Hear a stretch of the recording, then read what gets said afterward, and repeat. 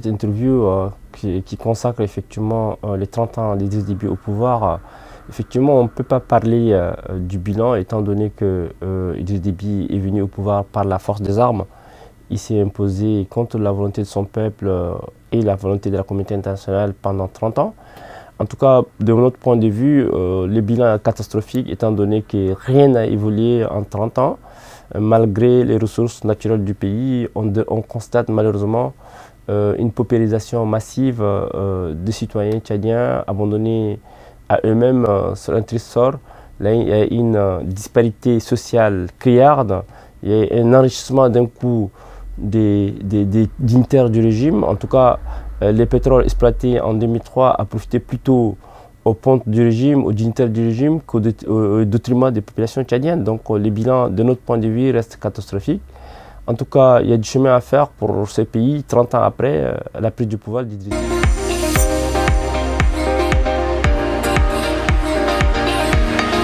En tout cas, sur le plan institutionnel et structurel, malheureusement, nous constatons aussi en 2018, il avait organisé un prétendu forum sur la réforme des institutions, sauf que la tenue de ces forums avait permis à Idriss Déby de supprimer le poste de Premier ministre, de supprimer également la médiature et de créer effectivement ce qu'on appelle un vice-président.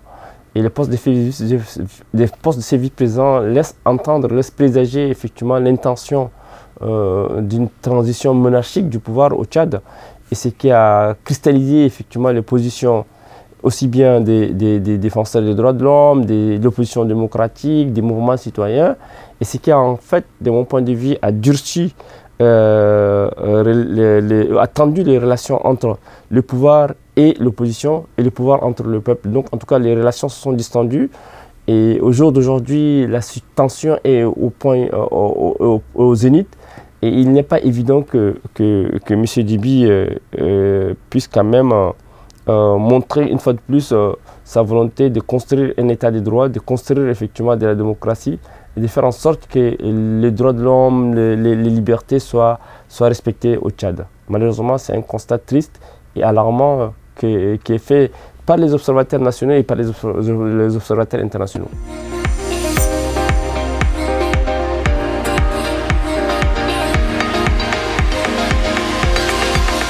C'est triste de remarquer que Déby rejoint le rang des chefs d'État dictatoriaux comme Bokassa, comme Idi Amin Dada, qui ont été élevés au grade de maréchal. Et quelqu'un qui s'est lui-même autoproclamé, il a fait utiliser, je dirais, instrumentaliser l'Assemblée nationale, et en se réfugiant derrière l'Assemblée nationale, il a fait croire à l'opinion nationale et internationale que ce n'était pas lui qui était demandeur, mais c'était plutôt l'Assemblée tchadienne qui avait voulu l'élever au rang de maréchal suite à l'intervention de l'armée tchadienne dans le lac Tchad, alors que c'était un combat interne, c'était une insurrection locale, populaire, interne. Il a fait croire à l'opinion nationale et internationale que son intervention visait à éradiquer le groupe terroriste Boko Haram.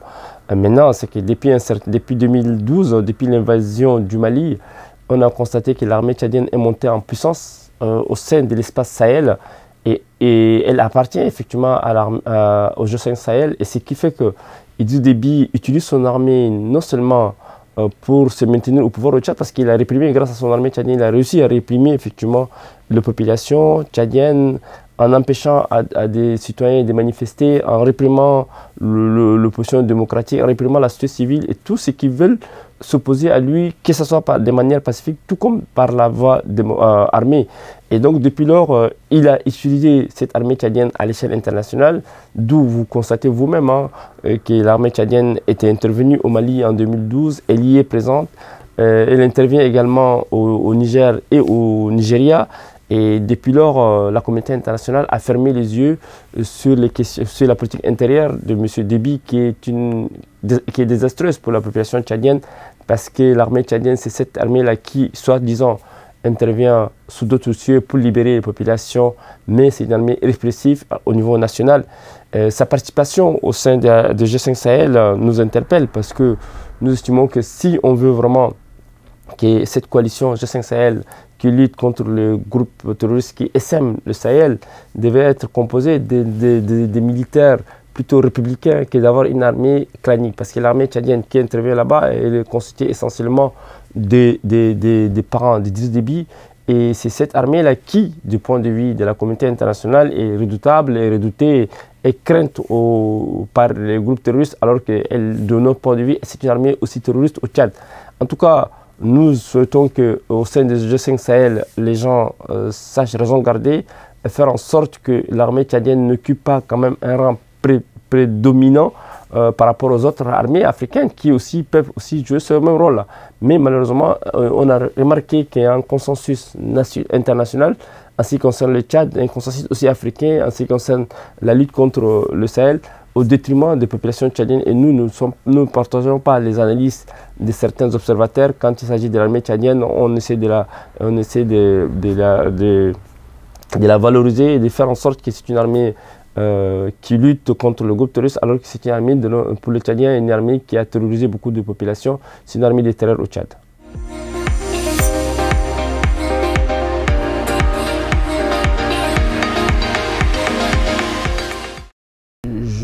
Ce rapport, il est édifiant, il montre à sa juste valeur que les droits de l'homme, depuis l'arrivée au pouvoir d'Idriss Déby, sont violés, ainsi que les libertés fondamentales sont complètement transgressées. Et ces rapports montrent également que les ONG de défense des droits de l'homme locales abattent un travail formidable.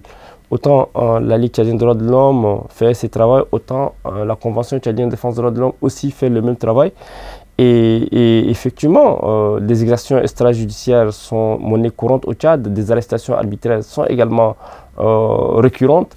Et je pense que la question des droits de l'homme est une question fondamentale si on veut parler de la démocratie. Or, M. Déby, depuis un certain temps, a procédé à des arrestations arbitraires, à des exactions aussi des militaires. Vous savez, en 2016, lors des élections présidentielles de 2016, il y avait des militaires qui ont voté contre sa personne. Et donc ces militaires, à peu près 116, ont disparu. Et là, les rapports, non seulement des ONG locales, mais des rapports d'Amnesty International, des FIDH, ont aussi évoqué cette question. En 2008, il y avait la disparition d'un opposant qui s'appelait Ibn Mohamed Saleh. Il était le porte-parole de l'opposition démocratique, de la coordination de l'opposition démocratique, qui appelait à un dialogue inclusif au Tchad. Cet opposant a été enlevé par la garde présidentielle, il a disparu. Depuis 2000, aujourd'hui, ça fait 12 ans que sa famille n'a pas de nouvelles. En France, ici également, il y avait une plainte qui a été portée, qui a été engagée contre le pouvoir d'Idriss Déby, sauf que la plainte n'a pas évolué parce que les réels politiques a pris le dessus sur les questions des droits de l'homme. En tout cas, de mon point de vue, la question des droits de l'homme est évacuée dans les rapports aussi entre le Tchad et la communauté internationale, étant donné qu'on ne parle pas effectivement de la question des droits de l'homme au Tchad, tout simplement parce que Déby est devenu un gendarme dans la sous-région. Donc, encore une fois de plus, on a frustré les peuples tchadiens, on a lésé les peuples tchadiens. Quand il s'agit des questions de droits de l'homme dans d'autres pays, on a l'impression que les médias relaient en boucle, mais quand il s'agit du Tchad, on dirait qu'il y a un blackout médiatique sur cette question. Donc, la Ligue tchadienne des droits de l'homme a tout à fait raison d'évoquer cette situation. Vous savez, il y a à peu près 8 mois, après la colère de Boma, où Déby était intervenu, il y avait des éleveurs arabes, peuls, qui s'est trouvé dans la région du lac Tchad, ont été arrêtés, leurs bétails ont été dépouillés, pillés par l'armée tchadienne.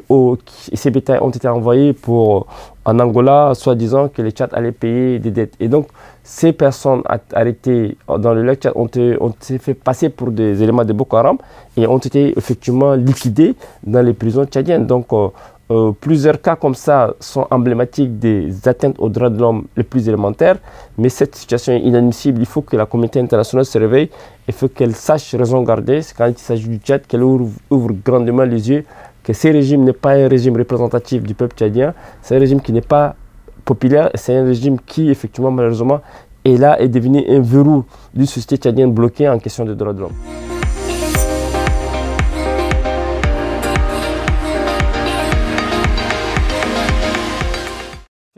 C'est une question tout à fait pertinente. Vous savez, M. Déby s'est imposé, comme je disais, contre la volonté de son peuple. Et là, en 30 ans, on a remarqué que c'est un bilan catastrophique, un bilan qui ne peut pas, n'est pas élogieux. Et aujourd'hui encore, il a essayé de pouvoir se présenter pour la sixième fois consécutive. Et puis l'opposition n'est pas prête à l'accompagner parce qu'elle estime qu'il y avait des réformes qui devaient être profondes sur les questions des élections libres et transparentes qui devaient être faites. Sauf que Déby s'est opposé parce que la CENI lui appartient, le bureau des liaisons des élections aussi lui appartient. Donc en tout cas, il a tous les leviers de fraude qui lui appartiennent. Donc dans ces contextes, c'est sûr que si l'opposition se présente, il va également voler les élections comme il les a volées en 2016, en 1996, en 2001, en 2006 et en 2016. Et donc ça va être la continuité de fraude massive orchestrée par les pouvoirs en place. Donc ça ne sert à rien pour l'opposition de pouvoir se présenter. Il faut plutôt l'air et plutôt à une coalition large de l'opposition pour empêcher Idriss Déby à se présenter. Et ça c'est un. Et de deux, il ne va rien apporter encore, parce que si en 30 ans, il n'a pas eu de réalisations systématiques et significatives en termes de développement, en termes des attentes des populations tchadiennes, je pense qu'une autre candidature d'Idriss Déby mettra le pays en péril, parce que ça va cristalliser les tensions déjà communautaires, ça va également cristalliser effectivement la position de groupes armés qui sont tout autour du Tchad. Vous avez des groupes armés qui sont au nord, vous avez des groupes armés qui sont à l'est du Tchad, donc au Soudan. Vous avez les lacs Tchad qui est aussi toujours en ébullition. Vous avez aussi le sud du Tchad qui aussi renferme des groupes armés. Donc la candidature d'Idriss Déby est inopportune et il faut absolument qu'il retire sa candidature pour éviter à ce que le Tchad ouvre les perspectives d'un dialogue politique inclusif qui permettra à toutes les forces vives du pays, que ce soit le mouvement d'opposition armée et l'opposition démocratique, la diaspora, à se retrouver autour d'une table d'une table de négociation pour déboucher, les voies à des élections libres et transparentes où participeront toutes les forces politiques du pays. Sans cela, je pense que l'éventualité de la candidature d'Idriss Déby risquerait effectivement de mettre le pays à feu et à sang. En tout cas, c'est ça, mon point de vue. Mais encore une fois de plus, je vous remercie pour ce...